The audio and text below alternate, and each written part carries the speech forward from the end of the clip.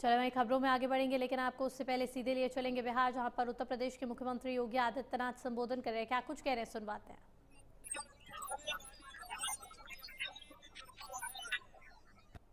कोटि कोटि नमन करते हुए आप सभी का इस उत्साह के लिए हृदय से अभिनंदन करता हूं, आपका स्वागत करता हूं। बहनों और भाइयों, ये मेरा सौभाग्य है कि मुझे मां जानकी के मायके के प्रदेश बिहार के विधानसभा चुनाव के बहाने अपने बिहार के बहन और भाइयों के साथ संवाद करने का अवसर प्राप्त हो रहा है। बहनों और भाइयों, बिहार की अपनी गौरवशाली परंपरा रही है। याद करिए, बिहार का नौजवान देश और दुनिया में जहां कहीं गया अपनी प्रतिभा का लोहा मनवाया है। अपनी बुद्धि, अपनी मेधा से उस क्षेत्र की समृद्धि में योगदान किया है। बिहार के नौजवान ने अपने स्तर पर पूरा प्रयास किया, लेकिन बहनों और भाइयों, बिहार का नौजवान जो कुछ भी किया है अपनी परंपरा, अपनी विरासत को ध्यान में रख करके हमेशा किया है। क्योंकि ये धरती, इसने तो महात्मा बुद्ध को भी ज्ञान प्रदान किया था। ये वही धरती है जिस धरा पर 24वें तीर्थंकर भगवान महावीर का जन्म हुआ था। ये वही धरती है जिस धरती ने महाराजा कामेश्वर सिंह को जन्म दे करके शिक्षा, संगीत और जीवन के प्रत्येक क्षेत्र में कैसे विकास के कीर्तिमान स्थापित किए जाते हैं, यही धरती है जिसने मैथिली और भोजपुरी की छठ की परंपरा को वैश्विक पहचान दिलाने वाली शारदा सिन्हा को जन्म दिया। ये वही धरा है जहां मैथिली संस्कृति को वैश्विक पहचान दिलाने वाले महान विद्वान साहित्यकार विद्यापति ने जन्म लिया था। ये वही धरा है जिसने देश को पहला राष्ट्रपति डॉक्टर राजेंद्र प्रसाद के रूप में दिया। ये वही धरती है जिस धरती ने जननायक कर्पूरी ठाकुर और लोकनायक जयप्रकाश नारायण को भारत को दिया था, भारत के युवाओं को दिया था। बहनों और भाइयों, उसी बिहार के सामने पहचान का संकट 1990 से लेकर के 2005 के बीच में किसने खड़ा किया? यही कांग्रेस है, यही आरजेडी है। याद करिए, इन्हीं लोगों के कारण बिहार पिछड़ता गया, पिछड़ता गया, पिछड़ता गया, बीमार हो गया। याद करिए, यही आरजेडी का शासन, 15 वर्ष के कुशासन ने जातीय संघार करते हुए कई बड़े बड़े दुर्दांत नरसंहार, जातीय नरसंहार बिहार के अंदर करवाए थे। 30,000 से अधिक अपहरण की घटनाओं को अंजाम देकर के क्या व्यापारी, क्या उद्यमी, क्या चिकित्सक और क्या समाज का कोई भी संभ्रांत व्यक्ति रहा हो, यहां पर अधिकारी नहीं, अपराधी सत्ता का समानांतर व्यवस्था का संचालन करते थे। बिहार के सामने, नौजवानों के सामने पहचान का संकट खड़ा हो गया। बिहार का नौजवान प्लान करने के लिए मजबूर हो गया। अन्नदाता किसान उस समय की आरजेडी की सरकार के कारनामों के लिए खून के आंसू बहाने के लिए मजबूर हो गया था। बिहार के बहन और बेटियों के सामने सुरक्षा का संकट खड़ा हो गया। व्यापारी और उद्यमी अपना व्यापार और उद्यम को बंद करने के लिए मजबूर हो गया। उन स्थितियों में 2005 में बिहार के नौजवानों ने, अन्नदाता किसानों ने अंगड़ाई ली।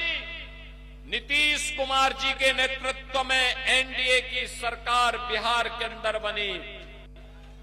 बहन और भाइयों, पिछले 20 वर्ष में सुशासन की एक आधारशिला खड़ी हुई। इन 20 वर्षों की आधारशिला पर एक विराट और विशाल समृद्ध बिहार की इमारत खड़ी करने के लिए फिर से बिहार के अंदर एनडीए की सरकार आवश्यक है। इसी बात का आह्वान करने के लिए आज मैं आपके पास आया हूं। आप याद करिए, गोपालगंज और उत्तर प्रदेश तो मिले जुले हैं। एकदम कुशीनगर का हमारा जनपद गोपालगंज से सटा हुआ है। बहन और भाइयों, पता ही नहीं लगता। गोपालगंज के लोग सुबह जाते हैं, दोपहर में वहां खरीदारी करके फिर वहां का दोपहर का लंच गोरखपुर में लेकर के वापस गोपालगंज वापस आ जाते हैं। मेहमान कोई घर में आया, घुमाने के बहाने गोरखपुर लेके जाते हैं, वहीं खरीदारी करते हैं, रात्रि का भोजन करते हैं, फिर रात्रि के लिए गोपालगंज वापस आ जाते हैं। एकदम मिला है, एकदम एक दूसरे का सहन जैसा है। और इसीलिए तो बिहार के अंदर सिवान भी एक जनपद बन गया, यानी एक दूसरे से जुड़े हुए हैं, कहीं भी कोई भेद नहीं। और यूपी और बिहार तो रोटी बेटी के संबंध के साथ ही नहीं जुड़ा है, एक साझी विरासत के साथ भी जुड़ा हुआ है। हमें भी दुख होता था 2005 के पहले। बहन और भाइयों, उत्तर प्रदेश के अंदर इनके पार्टनर भी यही कार्य करते थे जो यहां पर आरजेडी और कांग्रेस करती थी। याद करिए, तब हम नारा लगाते थे कि रामलला हम आएंगे, मंदिर वहीं बनाएंगे। तब हम नारा लगाते थे, लाठी गोली खाएंगे, मंदिर वहीं। लेकिन बहन और भाइयों, आरजेडी के लोग राम मंदिर का रथ रोकते थे। कांग्रेस के लोगों ने कहा कि राम तो हुए ही नहीं।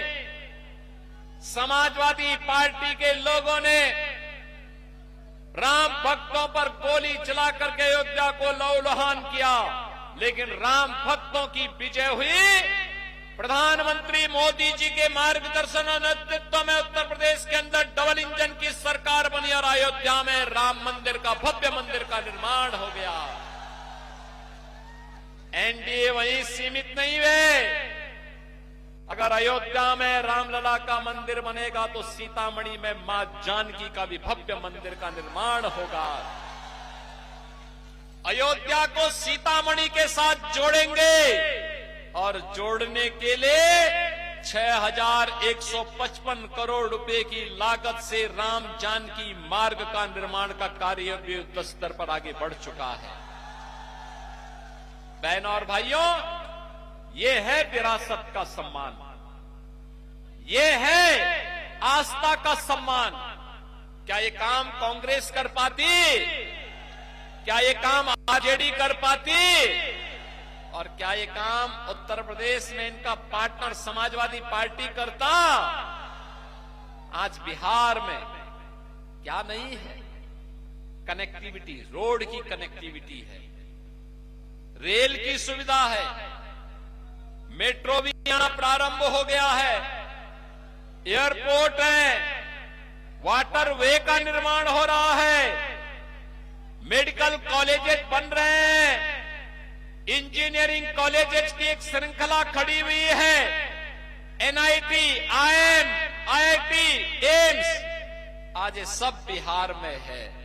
बहनों और भाइयों, इसमें और गति देनी है, बिहार को और गति देनी है।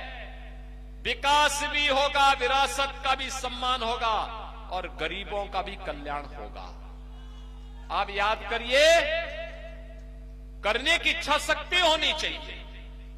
जिसको नहीं करना होगा वो समस्याओं को गिनाएगा, जिसको करना होगा वो समाधान लेकर के आएगा।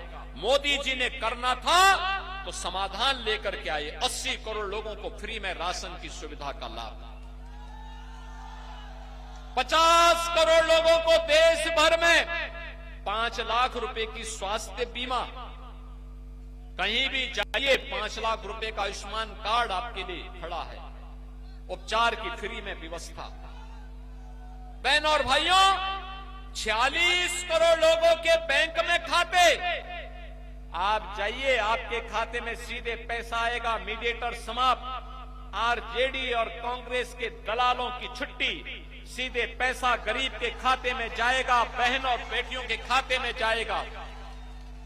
बहन और भाइयों, 12 कम्युनिटी के लिए ये लोग फिर से ताक लगाए बैठे हैं कि कब अवसर मिलेगा फिर से ये लोग डकैती डालें। इनको आने नहीं देना है। और इसीलिए आज मैं विशेष रूप से आया हूं श्री मिथिलेश तिवारी जी के लिए अपील करने के लिए। मिथिलेश जी को भारी बहुमत से विजयी बना के भेजेंगे ना, सभी लोग बना के भेजेंगे ना। एनडीए के प्रत्याशी भाजपा के वरिष्ठ नेता श्री मिथिलेश जी भारी बहुमत से विजयी होकर के जाएंगे। सभी लोगों का आशीर्वाद है ना। जितने लोग यहां पर हैं सभी लोग पीछे तक दोनों हाथ उठा करके बोलिए, इधर भी पीछे भी हैं, मुझे सब दिखाई दे रहा है। सब लोग हाथ खड़ा करके बोले क्या जिताएंगे।